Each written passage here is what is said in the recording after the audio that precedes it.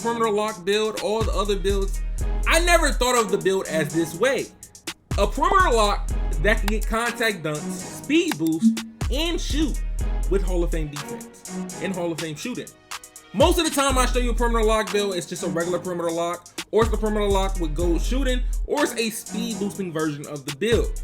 Now, I end up showing you this build somewhat earlier in the year, but it didn't have contact dunks. It was just a two-way shot creator.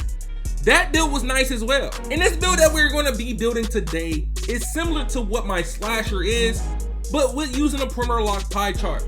As you guys know, my slasher has max wingspan. It has a decent three-pointer to hit consistently, but also this build can dunk, shoot, dribble, and it can play defense decently. So what if we can end up making a perimeter lock build that can shoot decently, dribble well, and also get decent enough dunks, with also having great defense? As today, we're going to end up making a speed boosting perimeter lock build that can get contact dunks. So check this out. The pie chart that we're going to be using today is the OG perimeter lock pie chart, the one with Hall of Fame shooting and Hall of Fame defending. As I was going to make this build is somewhat a crazy build to make. This is somewhat like a catfish build, because when you see certain builds, you'll see the name and you'll be like, okay, I know it can shoot and play defense. So just imagine if I made a perimeter lock that had Hall of Fame defense and Hall of Fame playmaking. That's what we somewhat call catfish builds. But it was informed to me, and it's been like this for maybe a few years before, as you being able to make a build with a 75 driving dunk, as y'all seen in my last slasher build video that I showed you guys, that you can make a build with a 75 dunk or get it to a 75 dunk. And just by you having slashing takeover on that build, getting that plus 10 attributes when you activate it, unlocks all contact dunks. As me messing around with this build, I noticed this is not like a competitive build that you can use. This is one of them type of builds that you end up using to have fun, mess around, just to play on something that's different that everybody else doesn't have. And as well, it is a very unique build. With me making this build this way, we have 6 finishing badges. With having a 72 driving dunk, a 77 driving layup, you're gonna end up changing that anyway, because once you touch the height, it's gonna change. But as I was having 6 finishing badges, 17 shooting, 12 playmaking, and I'm going to end it off with 14 defensive badges. This build can definitely be a fun build that you want to play on, especially if you're playing casually or if you're somebody also that just want to try something new and excited. As you got 6, 17, 12, and 14. 14 defensive badges should be enough, especially you being at the point guard position. You might check ball, you might not. You might want to play with 2 locks. Hey, it's up to you. Just know that you're able to speed boost with this build. So check this out. As I was messing with the heights to see what was the perfect height to use on this build, and it seemed that 6'3", the regular average 6'3" guard height, is perfect. When you go 6'1", it's too low. You're going to have to keep this build at 99 overall just to keep your 75 driving dunk to even activate it. If you want them elite contact dunks, you're going to have to stay at 99 overall. But if you end up going 6'2", 6'3", or 6'4", you can bear with it, but you do lose a lot of speed. But also, with you only having gold playmaking badges, you would need to also keep that in mind that you're going to move a little more slower than somebody with Hall of Fame. So that's why I wanted to make this build somewhere around the 6'2", 6'3" range. If you're someone that's going to be running guard on this build, this is somewhat a good build for you to run guard on. You can also have a high three-pointer if you want to. If you don't want to have max arms, you do not have to. If you want to have max arms, you can, but you gotta have your arms a certain length just to be able to get slashing takeover.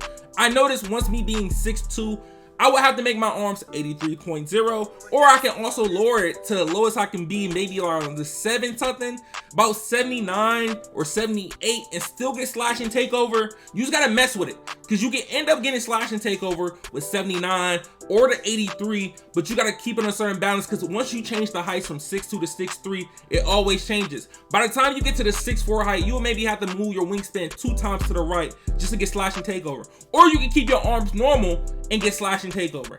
As we went all the way to 76.7, you will be able to still get slashing takeover having it at 76.7. So 76.7 all the way to max wingspan, you will be able to still get slashing takeover.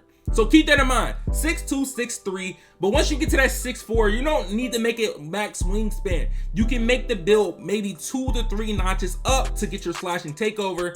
And also, once you make the build taller and taller, just know you're going to get slower, but also it's going to be easier for you to keep the 75 driving dunk if you can keep this build at like a 98 97 overall is going to be very easy. As you see with the ball control that you're going to have on this build, you got a 78 ball control if you go 76.7 or 76.8. But once you get to the 83s, it's going to be like a 77 ball control or a 76 ball control, and you guys are going to have to keep the build at 99 or have to keep it at 98. So if you're somebody that don't want to do that and change all that and don't want to have to work that hard to keep the build at 99, I decide that you make the build 6'3 or 6'4. But if you want the speed and you're going to keep this build at 99, I prefer you to run with the 6'2. But keep this in mind also. Once you lower that wingspan to 76.7, look at your three-pointer. You're going to end up having at least an 82 three-pointer, at least an 81, 82 three-pointer. And as you need a 86 three-pointer to shoot consistently on NBA 2K, if you can keep that 99 overall, this might be the build that you want to use. As you might get the name two-way shot creator, two-way three-point shot creator. This build right here will also give you the name two-way sharpshooter, or if you end up changing your wingspan and again put that slasher takeover, it will give you the name two-way mid-range shooter. But also, if you end up making the build 6'3 or 6'4 with max wingspan or close to max wingspan, the build probably will give you the name ball hawk or perimeter lockdown. Those are going to be the 4 things that you're going to usually get, or 4 or 5 names that you're going to get when you make this build. Most of the time, if you want the 82 three-pointer to get 86 at 99, it's going to give you two-way sharp. That's not a bad build, especially with getting contact dunks. It is not a bad build. That is somewhat a balanced all-around build on this game. But with the average height of a perimeter lock usually being 6'4", 6'5", just to be able to play defense and be able to shoot decently in the corner or decently on the wing, making a 6'4" perimeter lock with your wingspan being 2 notches up or 3 notches up based on what you want, with having the ability to speed boost and get contact dunks, it sounds like a great build. It sounds like the all-around build that you've been looking for. As me, I'm going to end up making this build. I'm going to end up having fun with this build. But for anybody that's going to decide to make it and they want to see the badge layout, I'm going to do contact finisher on gold, slithery on gold. Or you can end up doing contact on silver, slithery on silver, and relentless finisher on silver. That will be my options if I end up having this build and fully maxing it out and getting it done. So look, with the shooting ability, as you having 17 shooting badges, you can't really go wrong with 17 shooting badges. Dead Eye on silver, Hot Zone Hunter on Hall of Fame, Ranger on Hall of Fame, Green Machine on Hall of Fame or gold, Clutch Shooter on silver, and then you got the Volume Shooter on bronze. That will be my setup. But for 12 playmaking badges, Unpluckable on gold, Handles for Days on gold, Quick First Step, Bailout on bronze, Dimer on silver, Fludger on silver, or Downhill on silver, and you still have the ability to put Ankle Breaker on this build. So if you want ankle breakers, you can still get it. For the 14 defensive badges, you got Clamps, you might get Pickpocket, you might get Pick Dodger, and Intimidator. What else can you want from this build? But if you guys think there's anything that I should tweak on this build or change, let me know in the comment section, or you can add me on Twitter, or you can DM me on Twitter and let me know. But make sure you guys follow me on Twitter, Twitch, Instagram, and TikTok. Make sure you subscribe, put on post notifications. It been your man ChaMoma. See you boys in the next one, and I'm out, y'all. Peace.